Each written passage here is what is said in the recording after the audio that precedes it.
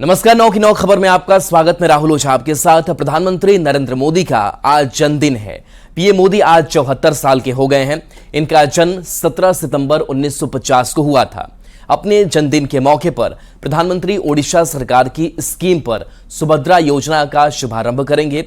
ये योजना खास तौर पर महिलाओं के लिए है। इस योजना के तहत सरकार महिला लाभार्थियों के खाते में साल में 2 बार 5-5 हजार रुपए डालेगी, यानी एक साल में 10,000 रुपए उनके अकाउंट में ट्रांसफर किए जाएंगे।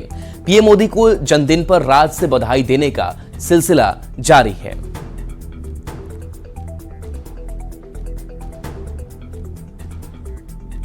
तो भारत के 15वें प्रधानमंत्री नरेंद्र मोदी आज यानी 17 सितंबर 2024 को 74 साल के हो गए हैं। बतौर पीएम मोदी इस वर्ष अपने कार्यकाल के 11वें साल में प्रवेश कर चुके हैं। पीएम मोदी के कामों की बात करें तो उन्होंने भारत में कई शानदार काम किए हैं। उनके कामों और फैसलों का दुनिया भी लोहा मानती है। आसमान में सिर उठाकर घने बादलों को चीर कर रोशनी का संकल्प ले, अभी तो सूरज उगा है।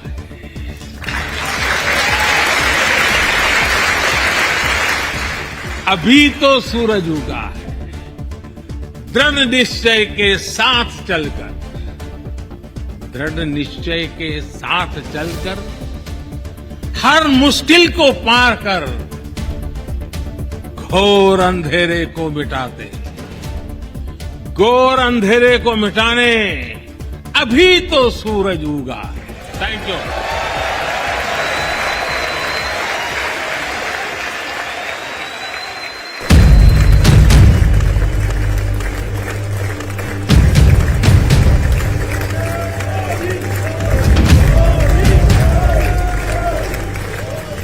अमेरिकी संसद के संयुक्त सत्र को दूसरी बार संबोधित करने का इतिहास रच रहे नरेंद्र मोदी ने खुद की लिखी कविता से प्रेरणा दी थी।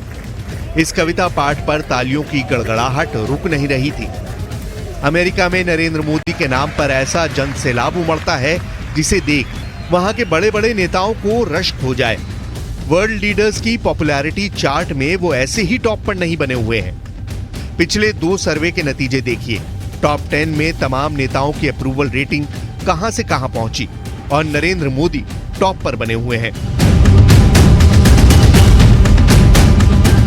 दुनिया की फास्टेस्ट ग्रोइंग इकोनॉमी है, लार्जेस्ट डेमोक्रेसी है, लार्जेस्ट पॉपुलेशन है, बिगेस्ट ह्यूमन रिसोर्स है। डिजिटल ट्रांसफॉर्मेशन भारत का जो हुआ है वो सारी दुनिया को दिखता है। और भारत का जो विश्व मित्र वाला जो एक आयाम है वो पैंडेमिक से लेकर के किसी भी तरह आज तक एक voice of global south Bharat उभरा है। जिसका इतना नाम है उनके नाम उतने ही सम्मान भी हैं। 6 जुलाई 2024 मॉस्को, रूस। 5 साल पहले जिस सम्मान का ऐलान हुआ था, पुतिन ने पीएम मोदी को उसी order of Saint Andrew the Apostle की माला पहनाई, जिसके साथ नरेंद्र मोदी के नाम पर 14 देशों के सर्वोच्च सम्मान जड़ दिए गए। जिन 14 देशों ने पीएम मोदी को अपने सर्वोच्च सम्मान दिए, उनके नाम चौंकाने वाले हैं। कुछ नाम तो ऐसे हैं जिन्हें जान भारत के दुश्मनों को यकीन नहीं होता। 3 अप्रैल 2016 को सऊदी अरब ने पीएम मोदी को सर्वोच्च सम्मान ऑर्डर ऑफ अब्दुल अजीज से सम्मानित किया। 4 जून 2016 को अफगानिस्तान ने मोदी को स्टेट ऑर्डर ऑफ गाजी अमीर अमानुल्लाह खान सम्मान से नवाजा। 10 फरवरी 2018 को फिलिस्तीन ने order of the state of फिलिस्तीन अवार्ड दिया। 8 जून 2019 को मालदीव ने order of the distinguished rule of Izzuddeen सम्मान सौंपा। 24 अगस्त 2019 को संयुक्त अरब अमीरात ने पीएम मोदी को ऑर्डर ऑफ जायद सम्मान दिया। इसी रोज बहरीन ने भी पीएम मोदी को king Hamid order of the renaissance दिया। अगले साल 21 दिसंबर 2020 को अमेरिका ने पीएम मोदी के नाम लीजियन ऑफ मेरिट सम्मान किया। ये लिस्ट साल दर साल बढ़ती रही। फिजी से फ्रांस तक, ग्रीस से भूटान तक पीएम मोदी को अपना सर्वोच्च सम्मान सौंप चुके हैं। ये मान और सम्मान मोदी की नीतियों का है, विश्व बिरादरी में उनके बुलंद फैसले का है। नरेंद्र मोदी जोखिम उठाने से कभी हिचकते नहीं। निडर लीडर के इसी स्टाइल ने उन्हें सबसे लोकप्रिय स्टेट्समैन बनाया है।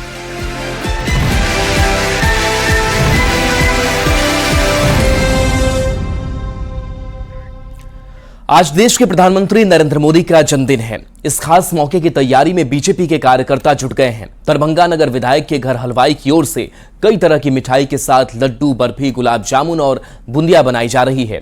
पीएम मोदी के 74वें जन्मदिन पर खास 74 किलो के अलग अलग सामान मिलाकर लड्डू बनाया जा रहा है। विधायक संजय सरावगी ने कहा कि सेवा पखवाड़ा के तहत अलग अलग कार्यक्रम किए जाएंगे। आज मूक बधिर बच्चों को भोजन कराया जाएगा, साथ ही रक्तदान शिविर भी लगाया जाएगा। कार्यक्रम को लेकर बीजेपी कार्यकर्ता उत्साहित दिख रहे हैं। आदरणीय प्रधानमंत्री जी के व्यक्तित्व कृतित्व पर प्रदर्शनी लगने वाली है पूरे राज्य में। उसके बाद अस्पतालों में, मूक बधिर विद्यालयों में, दृष्टिबाधिर विद्यालयों में मिठाइयाँ बटेगी, उन लोग को बुला के भोजन कराया जाएगा। ऐसे ही उसके बाद महापुरुषों की स्थल पर जाके उसकी साफ सफाई है। पारा ओलंपिक के जो खिलाड़ी हैं उनको सम्मान करने का लगातार ये 15 दिन का भारतीय जनता पार्टी के कार्यकर्ताओं के लिए ये पखवाड़ा बड़ा दिन होता है। कल 17 सितंबर को भगवान विश्वकर्मा का हम लोग पूजा भी मनाते हैं और विश्व के नेता यशस्वी प्रधानमंत्री आदरणीय नरेंद्र भाई मोदी जी का जन्मदिन भी है। इसको हम लोग सेवा पखवाड़ा के तहत मनाते हैं और नव भारत के विश्वकर्मा भी हम लोग उनको कहते हैं। बढ़ते आगे पटना से बड़ी खबर है, जहां पे फिक्सेशन के नाम पर धांधली हुई है। जमुई में बड़े खेल का खुलासा हुआ है, बड़ा खेल उजागर हुआ है।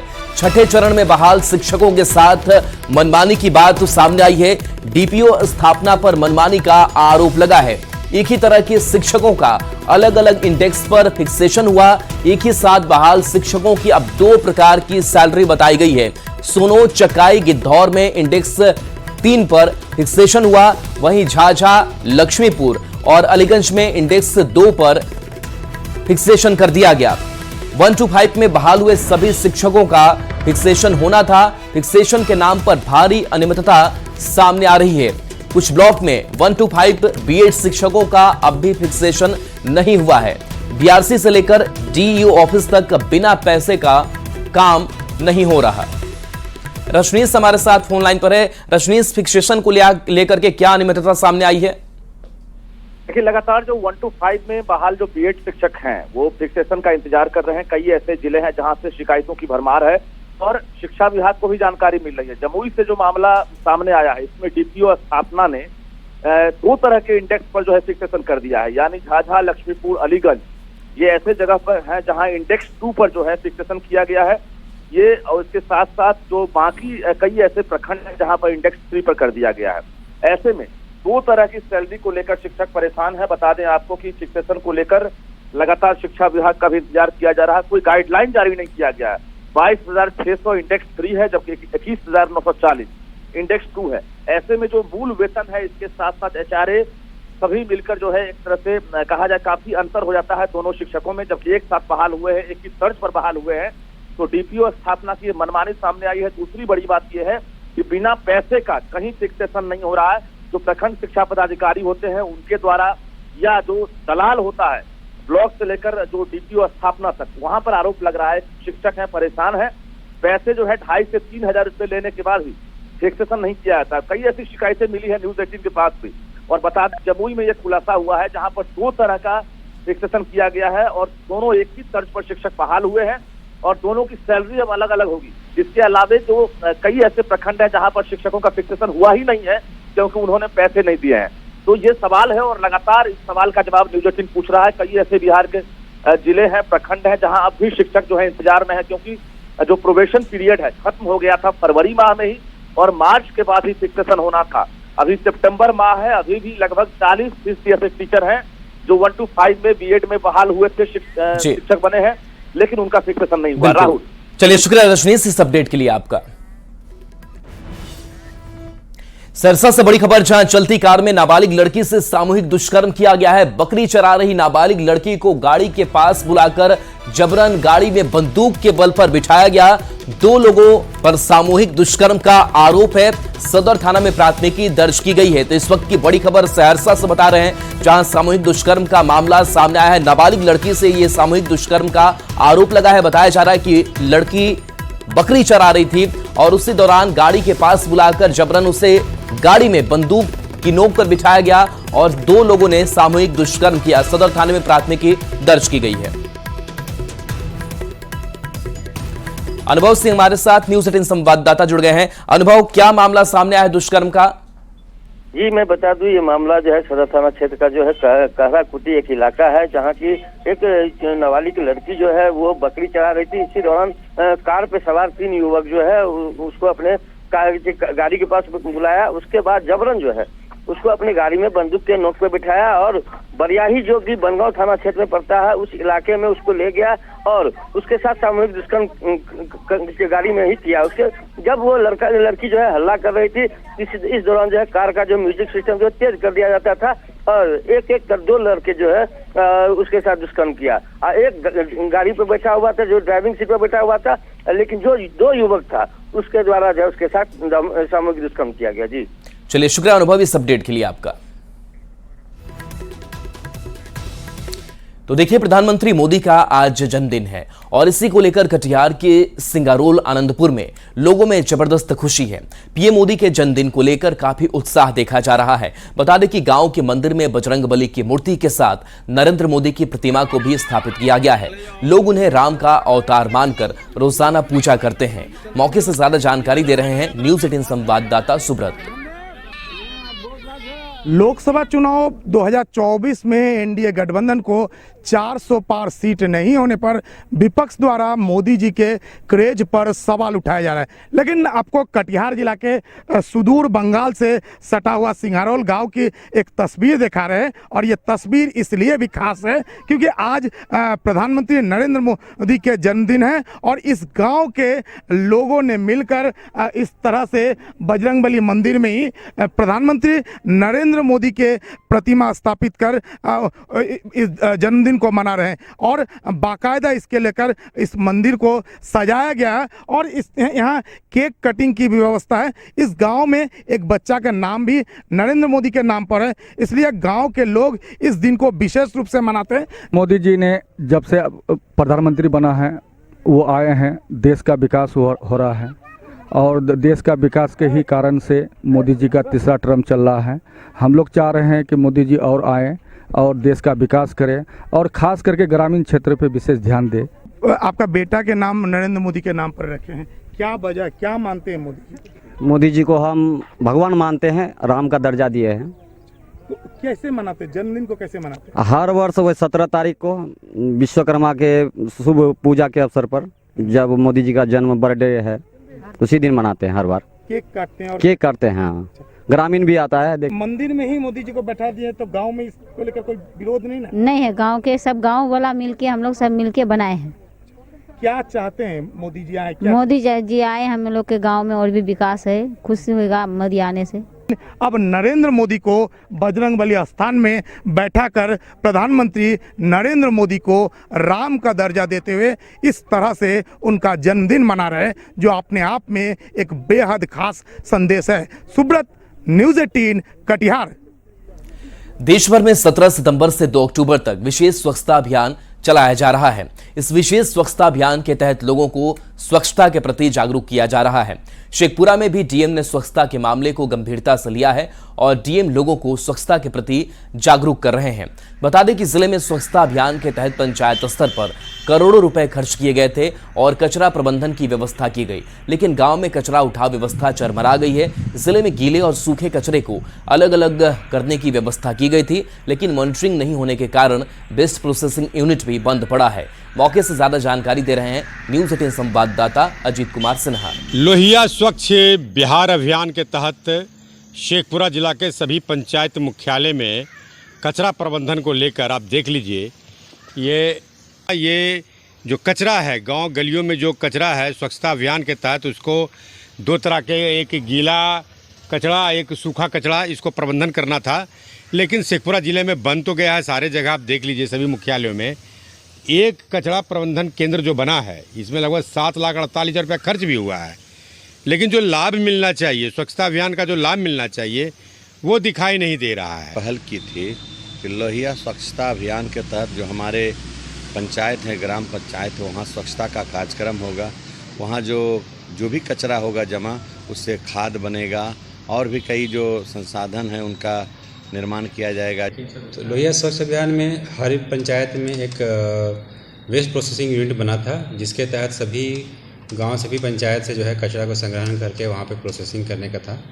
तो ये स्टार्ट तो हुआ था बहुत अच्छे तरीके से, अभी चल भी रहा है। बहुत सारे गांव में जो है उसको संग्रहण करने के बाद उसको सेग्रीगेट करते हैं, अलग अलग करते हैं कूड़े को, सूखे कूड़े को, गीले कचरे को। उसके बाद सूखे कचरे को हम लोग जो है यूजेबिलिटी के आधार पर उसको बेचते भी हैं और गीले कचरे को हम लोग जो है कंपोस्टिंग कर लेते हैं।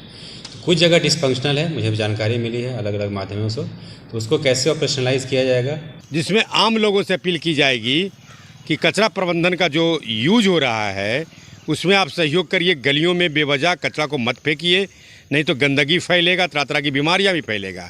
लेकिन उसके साथ भी यह भी कहा जा रहा है कि जो मुखिया द्वारा प्रबंधन किया जा रहा है उसमें जो लापरवाही बरती जा रही है उसमें भी सावधानी बरतना चाहिए, ताकि जो सरकार का उद्देश्य है वो पूरा हो सके। अजीत कुमार सिन्हा, न्यूज़ 18, शेखपुरा। शराब घोटाले से जुड़े केस में फंसे दिल्ली के मुख्यमंत्री अरविंद केजरीवाल आज अपने पद से इस्तीफा दे सकते हैं। फिलहाल दिल्ली के नए सीएम के नाम पर आम आदमी पार्टी में माथापच्ची जारी है। केजरीवाल ने इस्तीफे के ऐलान के वक्त कहा था कि वो नया जनादेश मिलने तक सीएम की कुर्सी पर नहीं बैठेंगे। आज 11:30 बजे पार्टी के विधायक दल की बैठक बुलाई गई है। इस बैठक में दिल्ली के नए मुख्यमंत्री के नाम पर चर्चा के बाद अरविंद केजरीवाल शाम 4:30 बजे एलजी से मुलाकात कर अपना इस्तीफा सौंपेंगे। बताया जा रहा है कि केजरीवाल के इस्तीफे से पहले विधायक दल के नेता और दिल्ली के अगले मुख्यमंत्री के नाम का ऐलान होगा।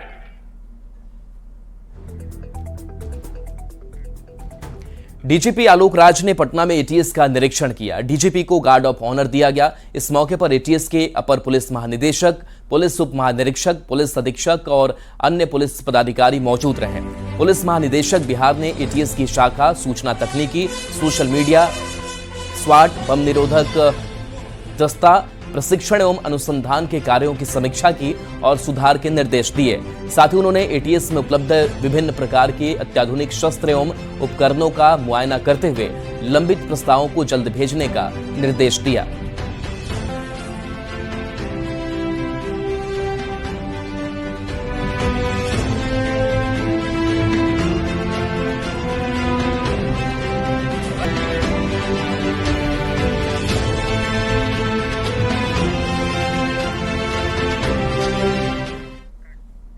खबर बगहा से, जहां वाल्मीकि टाइगर रिजर्व में एक तेंदुआ की मौत हो गई। जंगल के बाहरी छोर पर गश्ती के दौरान तेंदुआ का शव बरामद हुआ। जानकारी के मुताबिक तेंदुआ का शव पिछले 3 दिन से वन विभाग के कार्यालय से सिर्फ 100 कदम की दूरी पर था, लेकिन वन कर्मियों को इसकी भनक तक नहीं लगी। फिलहाल तेंदुआ का पोस्टमार्टम किया जा रहा है और मौत के कारणों की जांच चल रही है। ज्यादा जानकारी दे रहे हैं न्यूज़ 18 संवाददाता मुन्ना राज।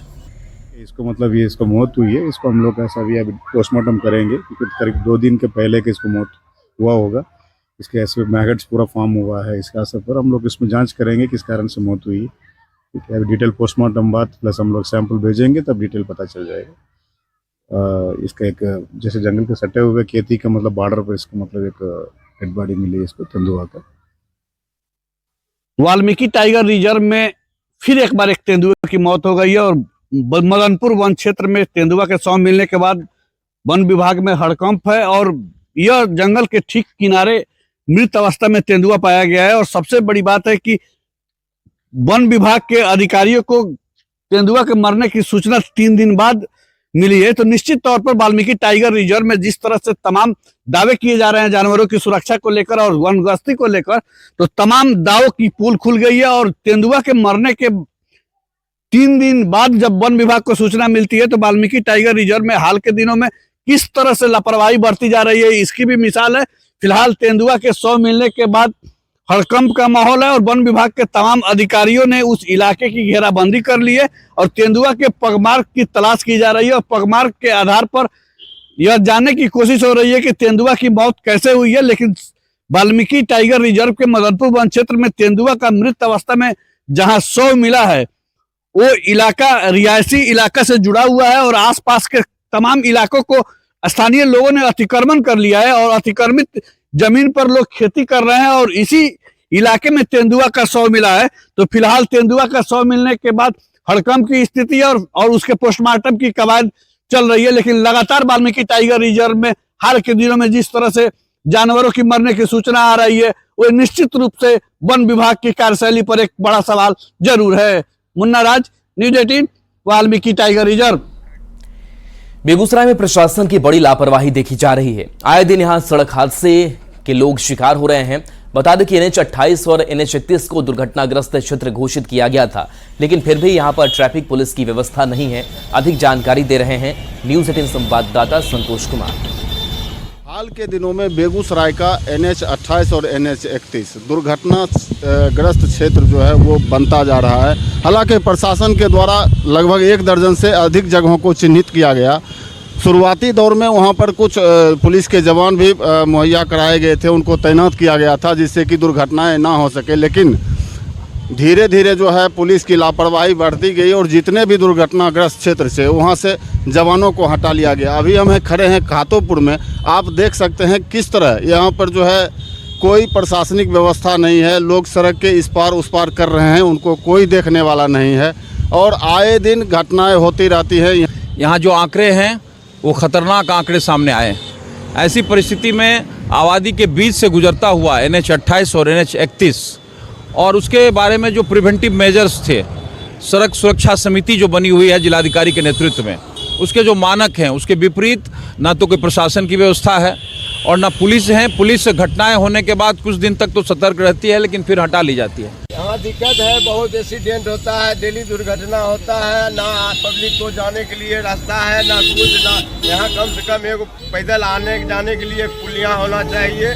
तो निश्चित रूप से लोगों की मांग है कि यहाँ सड़क आर पार करने के लिए जो है यहाँ आना एक पुलिया का निर्माण होना चाहिए या अंडरपास होनी चाहिए, जिससे कि आए दिन जो दुर्घटनाएं सामने आ रही हैं, जो हादसे हो रहे हैं, उन पर नियंत्रण लगाया जा सके और निश्चित रूप से प्रशासन को इस ओर गंभीरतापूर्वक विचार करनी चाहिए, उन्हें ध्यान देना चाहिए।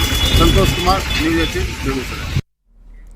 और देखिए पटना से बड़ी खबर, जहां आपदा प्रबंधन विभाग ने अलर्ट जारी किया है। भारी ठनका को लेकर के यह चेतावनी जारी की गई है। बक्सर, कैमूर, औरंगाबाद, रोहतास के लिए अलर्ट जारी किया गया है।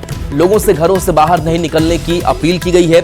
सुबह 10:42 तक के लिए यह अलर्ट जारी किया गया है। तो पटना से ये बड़ी खबर, जहां ये जिले जिनके लिए अलर्ट जारी किया गया है, सुबह 10:42 तक के लिए अलर्ट जारी किया गया है। लोगों से अपील की गई है कि घरों से बाहर नहीं निकले। और चलिए न्यूज 18 बिहार झारखंड पर खबरें आपके लिए लगातार जारी हैं।